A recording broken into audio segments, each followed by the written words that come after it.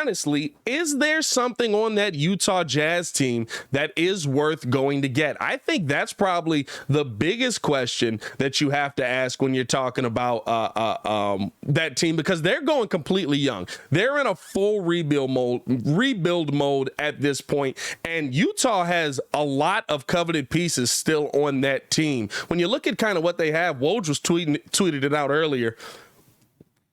They've still got Bojan Bogdanovic, Jordan Clarkson, who seriously catches my eye. I wonder if the Bulls could get a deal done for him. I think he's the player that you have to look at with a little bit of like, oh, okay, that's an interesting piece. Mike Conley is still there. You know what I'm saying? I think there's a lot of, and the thing that hurts you a little bit is you see that Utah wants more of the draft capital than the players themselves, but maybe a Kobe White coming in there, all of a sudden, right, you're able to package him with something. I don't know. I don't know if that gets it done with Jordan Clarkson. Jordan Clarkson is 6th man of the year level. I doubt a Kobe White gets it done. I think you're looking elsewhere there. But another player, right, like I feel like if I'm looking at that Utah Jazz team, that would be the piece that I would really want to go get. I don't think there's much else on there. Maybe Bojan, right? But as long as you're not giving up too much for a guy like Bojan, I think that I wouldn't be mad at a Bojan either. You know, he can knock down the shot, but the question is on him as well, right? How healthy is he going to be? But the other piece for me, right, that really catches my eye when you're talking about this Bulls team, when you're talking about what they can do to counter this. We also heard the report today that Cam Reddish has been made, or not has been made available, but is looking to get out of the Knicks organization. I think that's another spot where you have to look really, really close, because that is somebody who, comparable to what Kobe White has done, very up and down in his career, offensively, right? You don't know what you're going to get every night, but at a minimum, you're willing to take a chance. And now that's the biggest question on the Chicago Bulls, right? I think that the East is better. I do think that Donovan Mitchell being added to the Cavs puts them in a little bit of a different direction. I think it changes the mindset of your team. When you add a Donovan Mitchell to your team,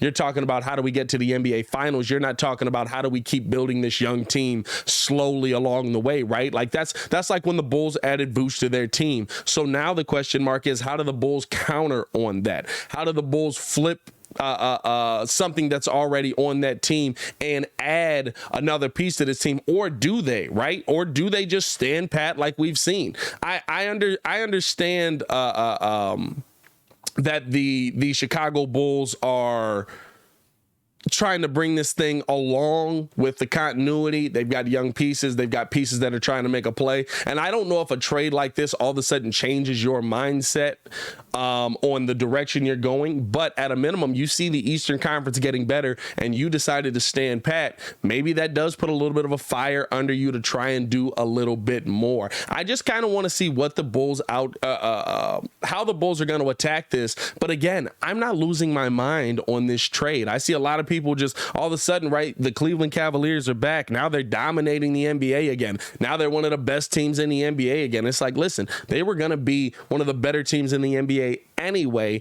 Adding Donovan Mitchell to this team doesn't change that for me. Adding Donovan Mitchell to this team doesn't all of a sudden put them in a direction that they weren't already going. All it does is speed up the mindset of the organization that, hey, we've got to get this thing done now, just like bringing in Vooch did for the Bulls. When you brought in Vooch, when you brought in DeMar, you said, hey, we're trying to win right now, and we're trying to have pieces on this team for the future. The good thing is for the Cavaliers, right, Donovan Mitchell's 25. So you're trying to win right now. You're in a win now mode, but also you've got a lot of time to be in that win now mode. Maybe, right? Maybe, depending on if Donovan Mitchell's going to stay in Cleveland. I think that's going to be the interesting part of this whole thing, right? Like at the end of the day, does Donovan Mitchell even stick around in Cleveland? That's something to talk about for another day. But I mean, for me, if I'm talking about moves that I would like to see the Bulls make, it would be somebody like a Cam Reddish. If I'm talking about, moves that I would like to see the Bulls make to bolster their bench, it would be going after somebody like that. Maybe going to figuring out a way to go get a Jordan Clarkson, because at a minimum, right, you want to have somebody off of that bench that you can rely on to be the offense for you. You want to have somebody off of that bench that you know you can count on to be the offense for you. And right now, the best player coming off of that bench that we know at a minimum is going to be offensively inclined to put the ball in the bucket is Donovan. And we don't know if he's going to take that big of an offensive step here. You hope Kobe White can take a step. You hope Kobe White can figure it out. But Kobe's game just hasn't translated. Now, I do think having a little bit more of an off season will help Kobe White. I think Kobe White will take a step forward. I do think that his game will improve this season because, remember, this is the first offseason Kobe White's had that he's not rehabbing something or dealing with COVID. This is the first offseason Kobe White has had where he legitimately can just work on his game. And so I do think he's going to come into the NBA and be a better player. But we've got guards. We've got so many guards. We're tired of saying the word guard. How do you add to this bench and bolster this bench based off of this move? That's what you have to figure out when you're talking about this Bulls team coming into next season. I think that's a move that even during the season, you could see moves made for a guy like, okay, let's figure out how we can add a little bit more forward depth to this team. Let's figure out where we can go. And maybe it is just playing the rookies, but I think AK likes having a little bit of a sure thing as well. Let me know how you guys feel, man, in the comments. Let me check some of you guys' comments in here, man. Appreciate you guys for tuning in and rocking with us as always. Windy City Vid says Cam Reddish was doing well versus us. He can play defense as well. Cam Reddish is just inconsistent. It's the same story as Kobe White. It's the exact same story as Kobe White. There's no difference.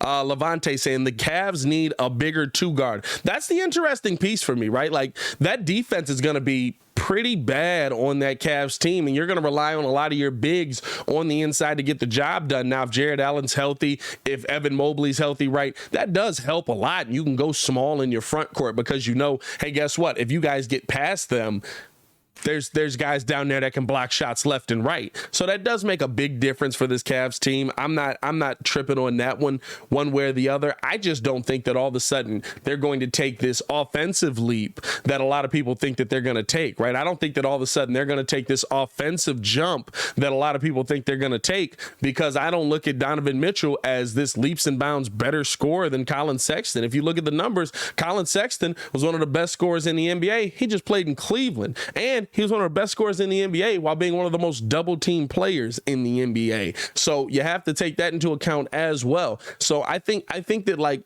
I would have felt the same way if they were like, we're going to keep Colin Sexton and figure out how to work him into the lineup. That Cleveland team's still taking a step forward to me. What else we got in the comments, man? Cruising saying, go get Miles Turner. No, I'm very cool on Miles Turner. I'm very cool on Miles Turner. You want to talk about a bad defensive player? Block shots don't equal good defense. Block shots means I'm tall. listen. He blocked a lot of shots per game, but I'm not losing my mind on a Miles Turner. I don't know. I just look at this and I say, what are the Bulls going to go out there and have an opportunity to go get? What are the Bulls going to go out there and have an opportunity to go after? I think you're really just talking about bench pieces. I really think you're just talking about bolstering your bench depth at this point. You're not talking about going out there and getting this massive name player like they just did. But like I said, a couple of players, like Woj tweeted out, there's some coveted veterans over on Utah that you can still go get. And I like the names over there, man. I mean, I wouldn't be mad at bringing in a Bojan if it's for something small. If you find a way to get Jordan Clarkson, now you're freaky, right? Because you're talking about a bench that has Jordan Clarkson, that has Alex Caruso, that has Donovan, right? Like, I don't know what you would have to move to go get a guy like that. That probably would be the biggest question. Like, maybe you're moving one of those three names that I just said. But Jordan Clarkson is a 6 man of the year candidate every single year. Jordan Clarkson has turned his entire career around, so I'm not mad at that at all. Appreciate you guys for tuning in on that, man. I mean, honestly, how are you guys feeling just about this Bulls team as a whole in the stand?